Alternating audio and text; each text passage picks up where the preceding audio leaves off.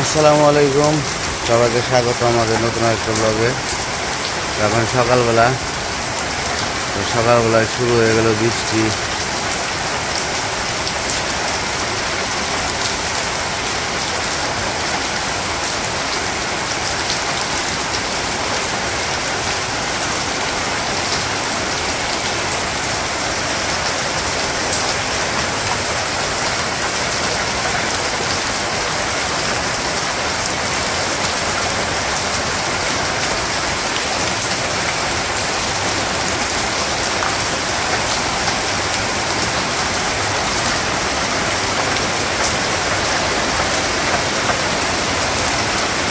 হাতে পানি থাকে না, পড়ে জায়গা।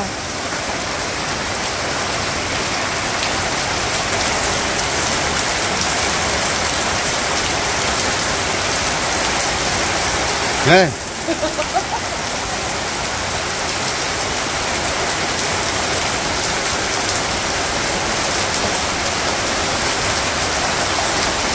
আকাশ পরিষ্কার, তারপরেও বৃষ্টি নামে।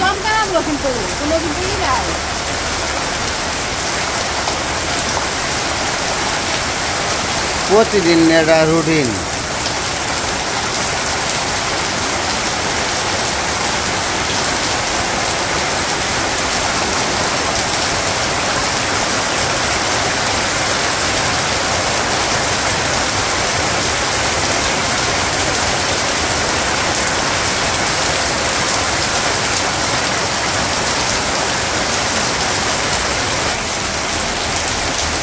বৃষ্টি গ্লাস করে আসি রাস্তায়,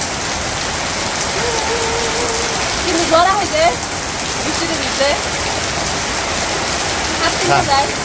সাত দিনে নেওয়া যায়।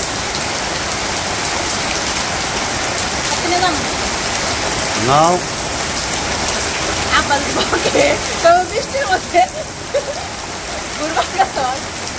এমনি মানে জ্বরাইছে অহন পর্যন্ত যে ঝড় কমছে, তারপরে বৃষ্টিতে ভিজে আবার আমাকে জ্বরাইলে করছে কি সব করে বৃষ্টিতে ভিজতে এখন জ্বরাইছে কে কাছে নিয়ে গেলে তার জ্বরাইছে না, তাহলে বৃষ্টি গেল হয়ে গে কথা কইতে কইতে বৃষ্টি গেছে।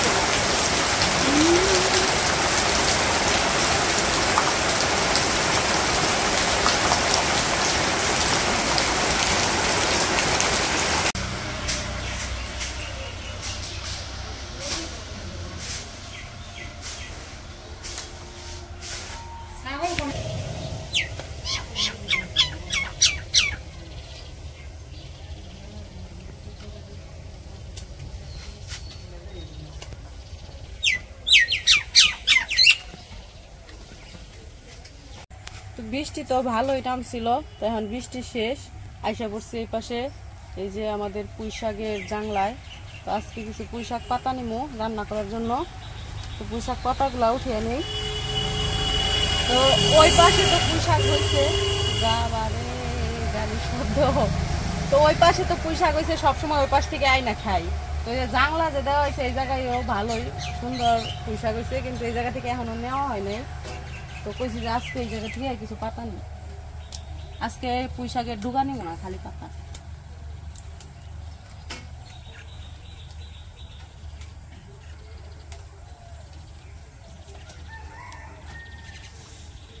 আর আমাদের পুঁই শাক খাওয়া দেখে আমাদের অনেক দর্শকরা বলছেন যে লিখনের বাবার পুঁই শাক খাওয়া বেশি ভালো না, কিডনির সমস্যার জন্য।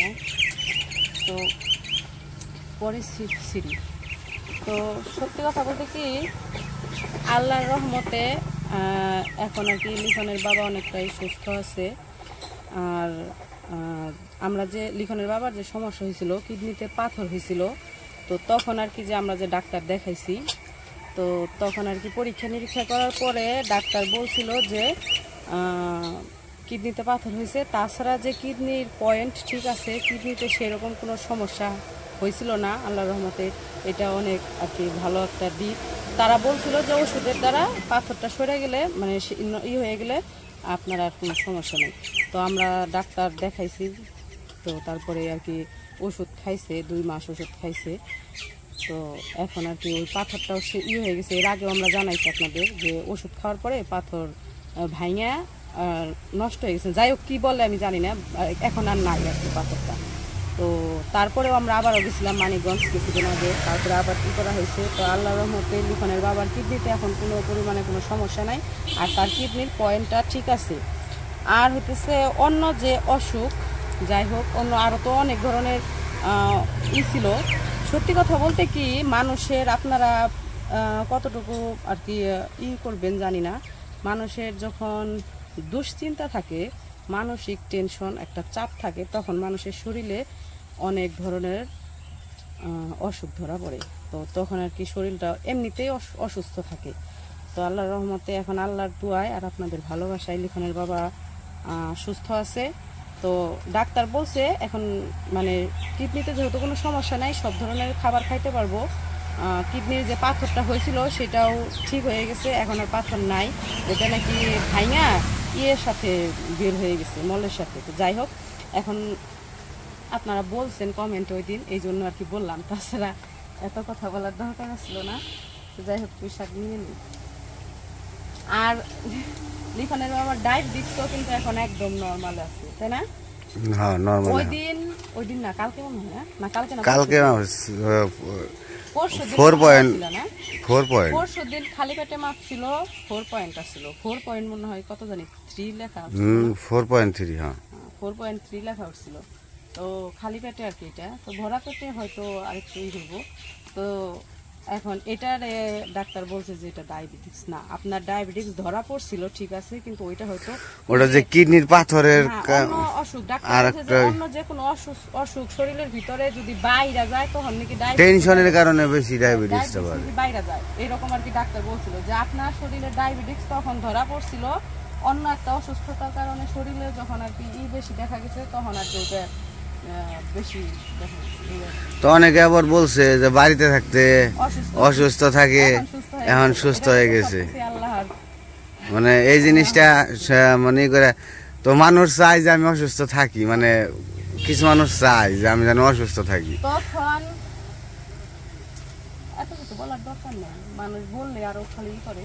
তখন একটা মানসিক চাপ ছিল, তখন একটা টেনশন ছিল, এই জন্য অশান্তি ছিল, এই জন্য অসুস্থ বেশি হয়েছে। এখন তার কোনো টেনশন নাই, তার কোনো মানসিক চাপও নাই, কোনো এই জন্য। তো আমরা সবার জন্য দোয়া করি, সবাই যেন ভালো থাকে, না তাই না? তো আমি এখন সুস্থ আছি, এটা অনেকে কমেন্ট করছে, এটাই খুব খারাপ লাগলো যে সুস্থ মানুষ দেখতেই ভালো লাগে, কিন্তু অসুস্থ থাকা তো ভালো না।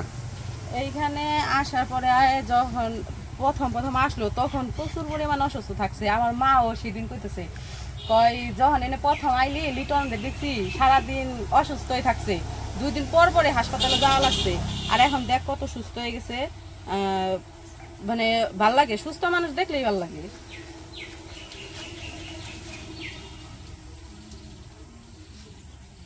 আমরা সবার জন্য দোয়া রাখি, সবাই যেন সুস্থ থাকে। যারা খারাপ কমেন্ট করছে তাদের জন্য দোয়া রাখি, তারাও যেন ভালো থাকে, সুস্থ থাকে। আর কত নিবে হয়েছে না, জাংলার ব্যাগটা নিলেও কামো না, যে ইয়ে থেকে উঠে নেওয়া কটা, ওই যে উপর উপরে পাতা নেওয়া যাও, ওখান থেকে নিয়ে হনো তো ই করার বানা।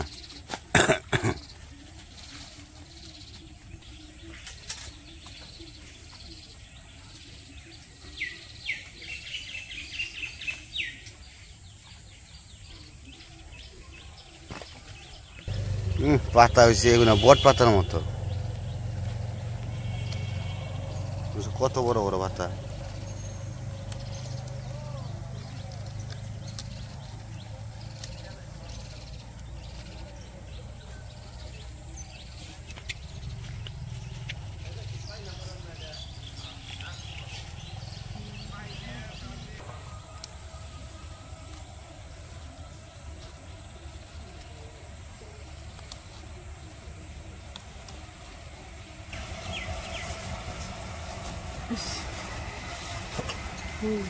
এই যে শাক, পুঁই শাক নিয়ে নিলাম, যাই বাড়িতে এগুলো আবার ধুইতে হইব, কাটতে হইব।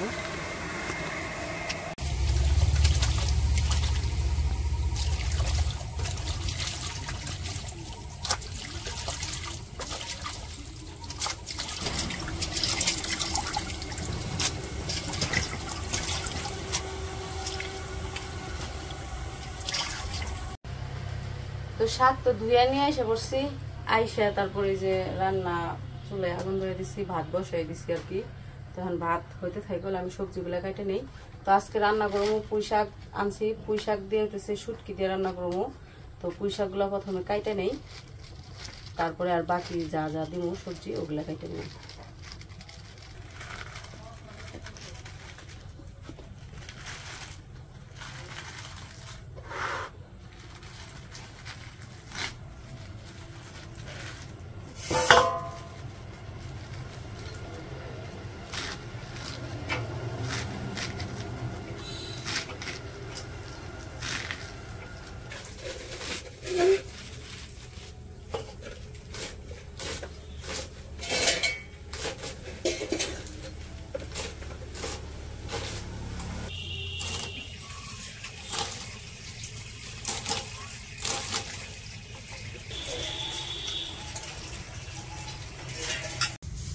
এই যে আমার সবকিছু কাটা শেষ। এই জায়গায় পুঁই শাক কেটে নিচ্ছি, এই জায়গায় আলু কেটে নিচ্ছি, পেঁয়াজ, কাঁচামরিচ, রসুন।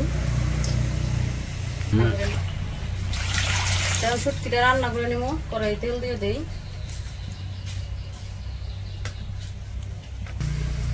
পেঁয়াজ দিয়ে দিলাম,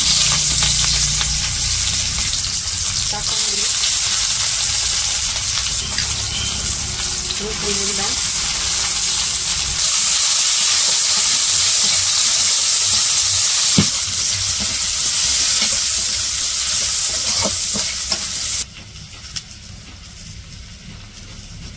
লবণ দিয়ে দিলাম, হলুদ, মরিচের গুঁড়া,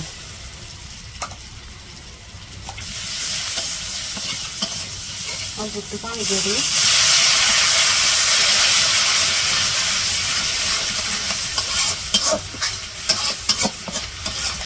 মশলা তো কষে নিছি, এই জায়গায় যে শুটকি ধুয়ে রাখছি এখন শুটকি দিয়ে দিব। ফুটকি দিয়ে একটু কষে নেই, আর এই শুটকি একবারে ই হয়ে যাবো গা, মিশা যাবো গা, নরম শুটকি তো।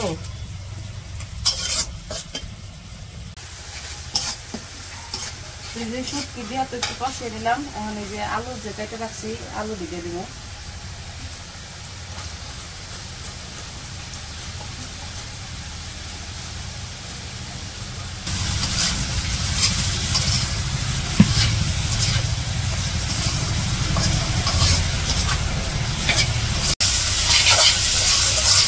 আলুগুলো দিয়েও কষিয়ে নিলাম।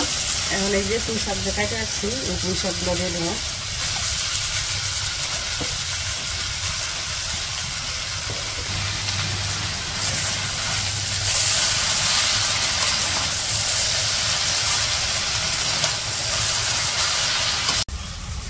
ওই যে আমার পুঁই শাক দিয়ে শুটকি রান্না করা শেষ, আমি নামিয়ে নিই।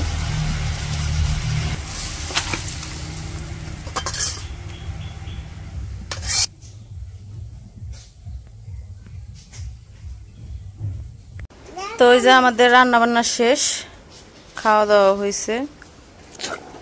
আনাসরে খাওয়াইছি, উমরও খাইছে। তো এই যে গাড়ি দিয়ে খেলতেছে। এখন খাওয়া দাওয়া শেষ করে তারপরে ঘুমাইবো। খাওয়া দাওয়ার এই যে পড়ছিল ওখানে যে খাওয়া দাওয়ার পরে ঘুমায়। আজকে আবার এই যে গাড়ি দিয়ে খেলা শুরু করছে। তো যাই হোক, আজকের ভিডিওটা কেমন লাগলো অবশ্যই জানাবেন। আজকের ভিডিও আর বড় করবো না, আজকে এই পর্যন্ত। সবাই ভালো থাকবেন, সুস্থ থাকবেন আর আমাদের পাশে থাকবেন। আল্লাহ হাফেজ।